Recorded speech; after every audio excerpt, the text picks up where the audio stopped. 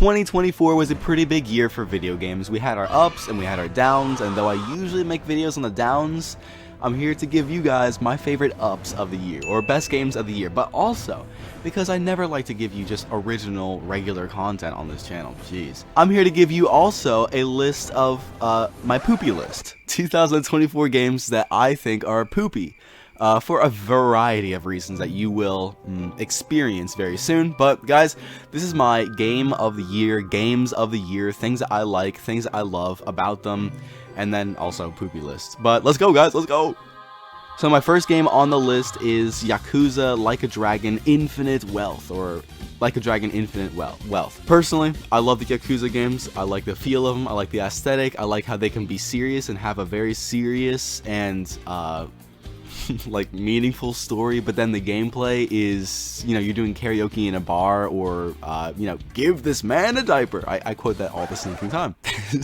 It adds a life to it that it's real in a way that, I'm not trying to say it's like a simulator, but it's real in a way that strikes a chord with me, and I love it. And of course, because I mean, geez, it's Yakuza, anything tied to that world, Infinite Wealth is amazing. Next on the list, we have Batman Arkham Shadows. Now this one's interesting because I get kind of sick when I'm using the VR headset, and I struggle with the controls and walking, and I am terrified I'm going to walk right into a wall, so I don't really move. So this game's interesting.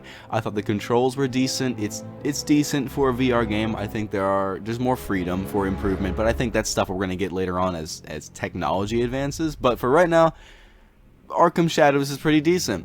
I will give it this. It's kind of goofy in the sense that this clip right here has become a lot more... It resonates with us in a way that wasn't possible before. And it's also stinking hilarious because this is like the gameplay throughout the game, but still. Next up on the list is Astro Bot. Now this game is fantastic. It is PlayStation's Mario. It is... I mean, I could go down the list. It's one of the biggest selling... like... just watch my video on it. The records that this game sets are insane. So obviously this game has got to be great, right? I actually enjoy the heck out of the game, and I respect it even more than I enjoy it, if that makes sense. The quality of it, even if you're just jumping around doing something simple, it's still, there's so much to admire about the gameplay that it's fascinating. It really is. The attention to detail, the attention to minute, tiny details. You could tell that Team Asobi, the guys that made this game, were definitely passionate about this game. And while that's something that most companies these days claim, and they're behind the scenes for their games, like the team behind Concord, which I'll get to them in a second. The problem I see with it is that people can be passionate about something, but that doesn't mean that what they're passionate about is going to be good, or is good, or will even do well in this industry. So I'll get back to this later. But Astro Bot is stinking fantastic. A lot of the comments that you guys left on my video on it, I'm blown away by it. I still smile to this day thinking about them. Like bringing the PlayStation back out into the living room so that the whole family could play. Come on, come on. That's like dad of the year right there. And the cool thing is that this is a game that I see, at least, is made for playing with people. And I'm not talking about online or anything. It's like, bring people into your home. Bring your neighbors, I don't know, kidnap your neighbor's dog. Bring the lunar aliens in, I don't know, bring them all in and then sit down and play. So, amazing game. Amazing game. And again, attention to detail is mind-blowing. Okay, so to trade off from the amazing list that I actually, games that I actually recommend, to the poopy list, we're going to start this off with Indiana Jones. Now, I'm going to clarify and say that I've actually never played this game. I have never downloaded this game. I've never even thought about buying this game. I have never seen a trailer for this game. I have only seen the cover of it on Xbox and a Microsoft store somewhere, and I don't know, I think I opened my computer one time and it was there. I think, I don't even know. But, I hate Harrison Ford. Oh yes, I said it. I hate Harrison Ford. He somehow has been a grandpa his entire life. He has the attitude of being done with everything. How are you Star Wars? You hate Star Wars? Just... So because, of course, this game is centered around Harrison Ford, or his character, or someone that is supposed to be like Harrison Ford, I am gonna have to pass, guys. And I recommend that you don't do it so that you don't have to suffer through it, like me, an entire, I don't know, 18+ hour game with Harrison Ford style character on screen. I'm sorry guys, but that's just me. Now, also on the poopy list is Frostpunk 2. Now, this game is actually good, okay? So do not get the wrong idea from this. The first one is actually amazing as well. If you're into strategy games, please play these games. But before you play it, I will caution you this. Both of these games, I genuinely believe that I lost about 4 years and 7 months of my life, of like my lifespan, to the amount of stress that I got from this game. Genuinely, I was so stressed while playing this game. And it doesn't have anything to do with like outside factors, like, oh my gosh, it was my bedtime and I was about to, I don't know. It's just the game. It's just the game. Even if you're not really invested, I don't know. Even if you're invested just a tiny bit into the game, it's like oh my gosh, you never have enough food, you never have enough water, and then no matter what you do to put it in, then, I don't know, a whole third of your village just succumbs to frostbite and then dies, and then people over here are starting a religious revolution against you, and like, I'm gonna just calm down, we're gonna let the stress go. Amazing game though. Back onto the amazing list is Helldivers 2. We're going to kick it off amazingly.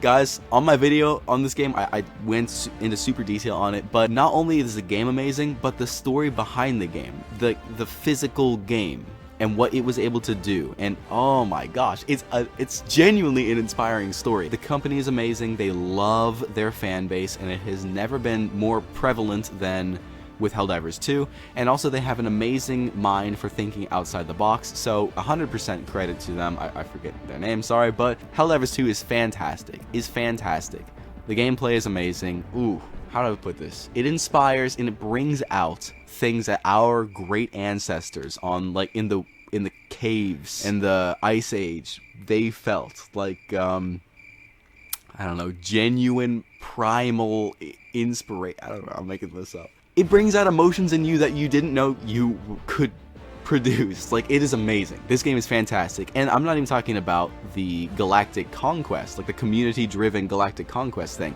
Guys, if you lose a battle and like that loss sacrifices a planet or something, that's part of the lore of the game now. Just amazing. On top of that, we get regular updates, quality updates of new bad guys, new planets, new foes, new factions in the story. It's just amazing. Again, 100% credit to the company behind it. They are fantastic. Next up on the list is Prince of Persia: The Lost Crown. This game is fantastic. Like, gameplay mechanics aside, which are fantastic, smooth, and easy to work with on their own, beside story, which is super cool, and it's good to come back to Prince of Persia. Just okay. All of that aside, the visual style of the game alone is just amazing. It looks stunning. It's colorful and it's beautiful. Love this game. I love this game. Okay, Shadow of the Erdtree. Now, if you guys have watched a couple of my videos, I know I haven't been doing it recently, but I kind of like Elden Ring. I don't know if you guys knew that, but I kind of like Elden Ring a lot. So this game, of course, the DLC, but it's so big it could be its own game, Shadow of the Erdtree, is amazing. Just amazing. Now that we have Shadow of the Erdtree and the Night Rain trailer, which is coming soon, now that we have these, it's cool to go back to the original trailer for just the regular Elden Ring game, and then look at the aesthetic and the feel, and then to see how Elden Ring as a whole has grown. Like, I don't know if you guys color code things in your minds, but Elden Ring is kind of a yellowish, greenish color, you know, the sky when you first walk out in Limgrave. Shadow of the Erdtree is more of like a bitter red-ish color, you know, you have Mesmer, and you have all these cool, oh my gosh. You have all these bosses and all this stuff. And then with Night Rain, obviously it's bluer. But it's cool to see how Elden Ring is able to grow as a game, as a story, as a world. Though it might not be extra games. You know, Shadow of the Erdtree is a DLC. But so big it could be its own game. It's cool to see how it's still able to grow, but stay true to the source material. To stay true to what it is. This perfectly describes everything we're looking for in a game. It is amazing. So yes, Shadow of the Erdtree, amazing. Elden Ring, amazing. Anything to do with Elden, yes, amazing. Now, I hate to switch it up on you guys, but I'm smelling something that's not going away. Back to the poopy list. Dragon Age Veilguard. Ew, ew, ew. Just ew. Despite the poor technical performance that people witnessed and experienced when it first came out, and despite the record-setting numbers for BioWare, as I said on my video on Dragon Age Veilguard, I truly believe that this game if it doesn't get BioWare shut down as it is, it's definitely laying the groundwork and setting the stage for, you know, if they fail another one, if they fail Mass Effect 5 or 4 or whatever they want to call it, then they're done. Dragon Age Veilguard is an absolute abomination of a game. It's the perfect example of the modern video game where you have people coming in who didn't build the world, who didn't build or walk the streets of their city, or, you know, they didn't make these worlds, but they're in charge of them now, and the direction that they take them is always bad because they don't value it and they're not actually part of the game or the story. Nevertheless, what we get is an incredible story from Dragon Age Veilguard, which is, what, the fourth game in the Dragon Age series, DLCs and little mini-games aside. But never have I seen a game like Veilguard come into an already loved and established video game world and absolutely destroy it. Veilguard's story and solution to problems... Come on, every video, dude. Dragon Age Veilguard's story alone ruins the entire Dragon Age story. The entire thing. I'm not gonna get too into detail about it, but the stuff about the elves and their like solutions about this, it just ruins the entire story. That means that every single good guy who's died in the story, it's all worthless, and oh my gosh, it's so bad. And that's just story-wise alone. Again, the numbers, the record-setting numbers, prove that this game just wasn't it. Next up on the poopy list is a game that, and this is going to sound crazy guys, I don't usually feel excited or happy or satisfied that a game dies or doesn't do well. I genuinely root for video games. But Concord is a game that I actually felt happy that it died. And I feel satisfied. I feel like we're finally moving and we're making progress on, you know, the battle that I'm fighting and we and us and our community are fighting. Concord sucks on so many levels, it's crazy. The developers, both of them, or whatever, those two guys, they claimed multiple times about multiple different aspects of the game that Concord was supposed to be pushing the boundaries of what we expect from video games today and first-person shooters. It's supposed to be something new and, you know, groundbreaking and interesting and never seen before. This game is not. I mean, it's really not. The gameplay is slow. I could pick out 1,000 games that are similar to it.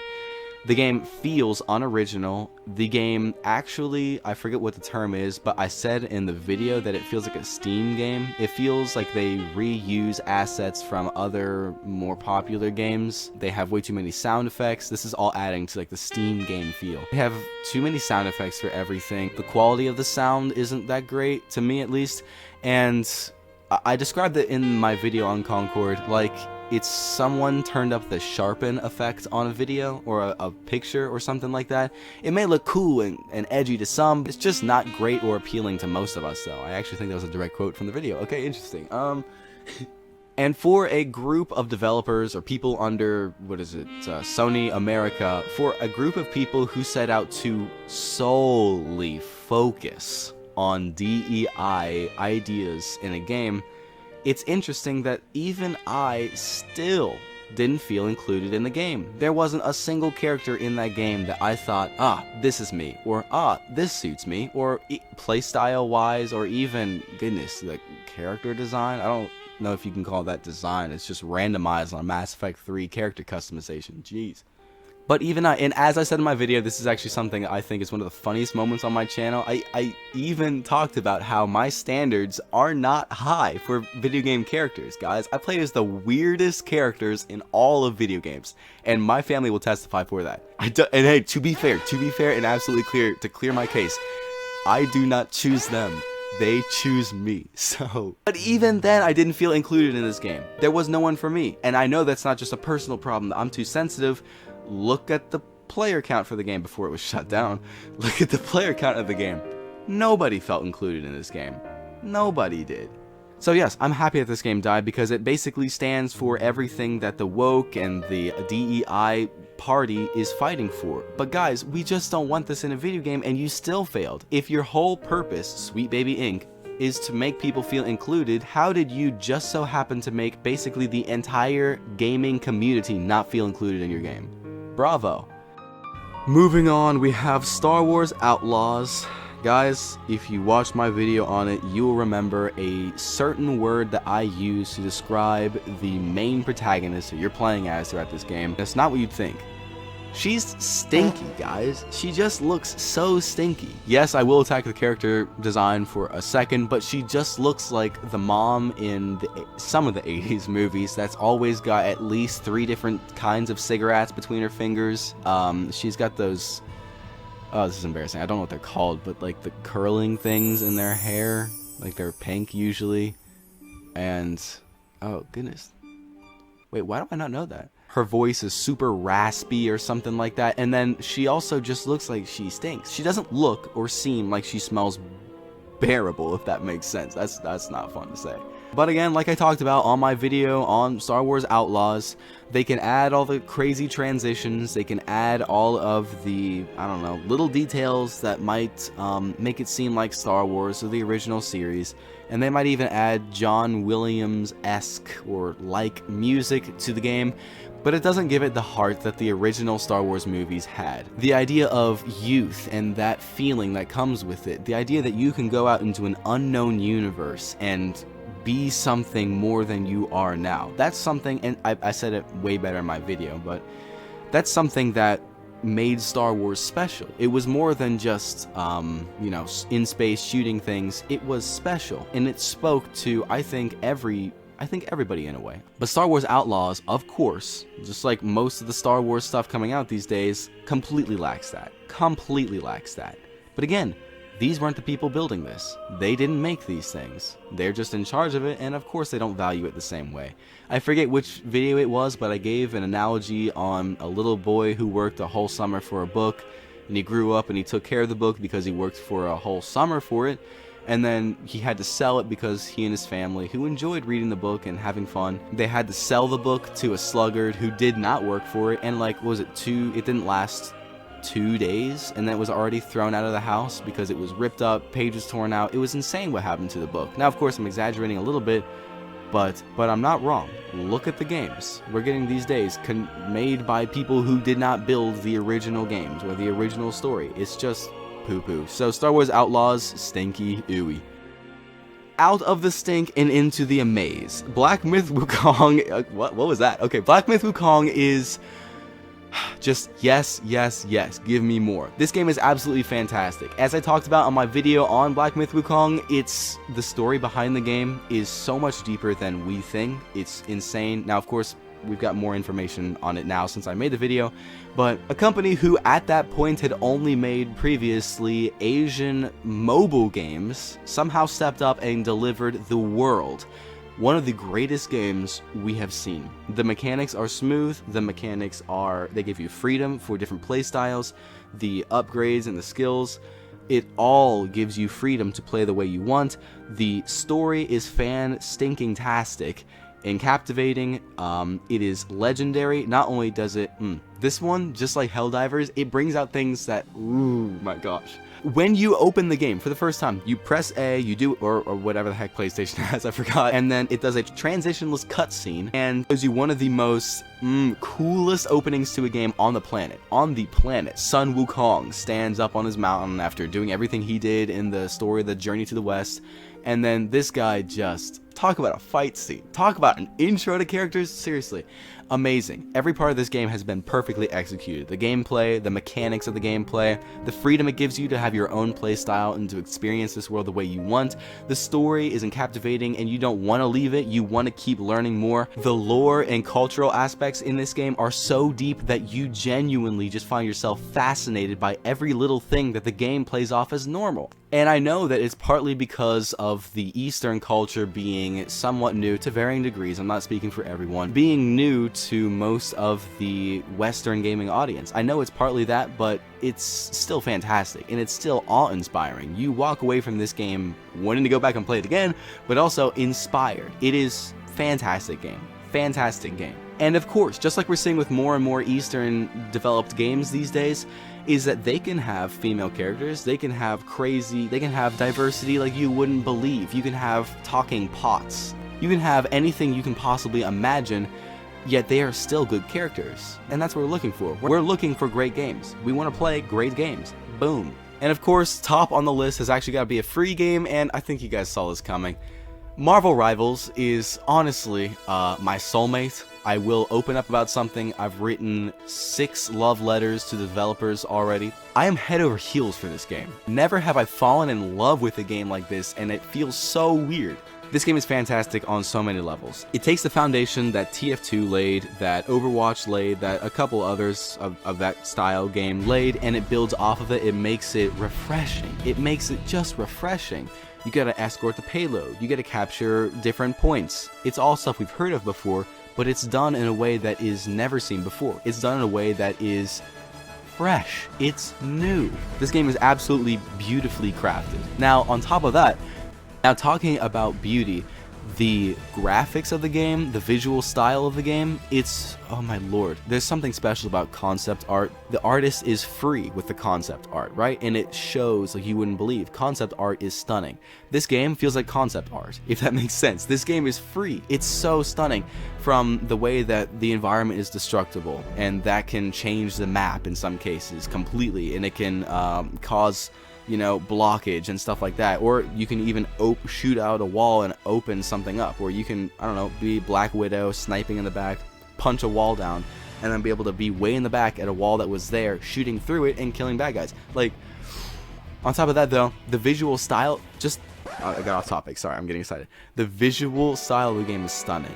Every frame could be concept art, could be a wallpaper, could be stunning. It's just stunning. Talking about beauty again, every character in this game is attractive, every character in this game is well designed, every character in this game is vibrant, every character in this game has amazing voice acting. Guys, I will admit, I don't really get angry if I die to an enemy Winter Soldier's ultimate, because when he's saying armed and dangerous, I stinking love it. It sounds so cool. Amazing. Amazing.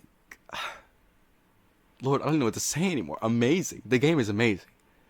And everyone's costumes look good. Everyone is attractive. Everyone in the game. They just added Mr. Fantastic and the Invisible Woman. Mr. Fantastic. I mean, this is what he looked like in the original cartoon way back. This is what he looks like in the game. He looks good. Look, even Mr. Fantastic looks good. Like, oh my gosh. Don't even get me started, because there's not even a single female in this game that looks that. Oh, this game is amazing. It really is good. That's just about the game. The mechanics are awesome. The abilities are awesome. I love the character rank system. Oh my god, okay, I'm getting too crazy. Stop. I actually have to stop myself. I'm talking. Hold on, that's crazy. On top of that, NetEase, the guys behind this game, just amazing. Just amazing. Like I mentioned before with the guys behind Helldivers, how they're very community driven and oriented, and they genuinely listen to their fans. It's the same thing here. NetEase is, I say, leading the way with the amount of attention that they give their fans. They have free giveaways all the freaking time. They have a YouTube channel full of community posts coming out all the sinking time. They have YouTube channels on, They regularly add characters to the game. They regularly add all kinds of stuff to the game. They show love. And here's the thing, guys, and this is going to tie everything together in a big way. Did NetEase, or the guys making this game, did they design Adam Warlock? Did they create Luna Snow? Did they draw the first comic with Captain America in it? Did they create Marvel? Not at all. They did not. But they are still paying attention to and giving credit to the source material. Guys, this is the perfect game. This is amazing. This game is fan-stinking-tastic. Now, again, are we asking, or am I asking for, every character in the game needs to look like the original first appearance of... No, I'm not looking for that at all. I'm still looking for imagination and creativity. But there's a way to do it without just completely pooping on everything that was laid down before you got here, if that makes sense. I'm saying that to NetEase. They did fantastic. Like Hawkeye, this is what Hawkeye looked like back then. This is what Hawkeye looked like in the Marvel's Avengers game that got shut down because it got so many players. That was terrible. It was so bad. So bad. And then this is what Hawkeye looks like in Marvel Rivals. Do you see? Okay, I'm getting stop. Okay. I hate Hawkeye as well. I hate Iron Man. I hate Hawkeye. I hate them. Not the characters. I hate them in the game because it's so annoying. Okay, I'm gonna calm down. Hold on. Marvel Rivals is a really good game. I recommend it. 10 out of 10. 11 out of 5. Amazing game. Amazing game. Please play this game. Amazing game. Well, what do you think of my... Hold on. What is that? Oh, of course. The game of the year is Elden Ring. I'm sorry, guys. You thought actually I was... Yeah, exactly. I haven't changed all these years. I'm still the same man I was back then. Yes, I know. Elden Ring, best game. There it is. Look at this. Oh, look at that. Elden Ring is the best game ever. But back to it, guys. I want to hear from you. What do you think of my poopy list, that amazing list? What do you think of the games? What do you think of them? Have you played them all? And what are your favorite games of the list? At least give me the top 2. What are your favorite games of the entire year of 2024? What do you like? What do you like? And also give me your least favorite game. What game that came out in 2024 you're just like, I hate this game so much, it's so bad. But guys, check out the community page. We have a lot of fun over there. Subscribe, ring-a-ding dong that stinking bell, and keep typing, bro. I see you. Don't stop. No, keep commenting. Let's go. There you go. If you're not, what are you doing? I love you guys. I hope you have a great rest of the day. And remember, life is short. Play great games. You know, just the other day, I remembered Suicide Squad killed the Justice League, and I wondered, where the heck is this game? In my 2022 Games I'm Excited For video, I talked mainly about Elden Ring, but also Suicide Squad. That video was made over 2 years ago, and where is this game? So I did a wee bit of research, and I realized that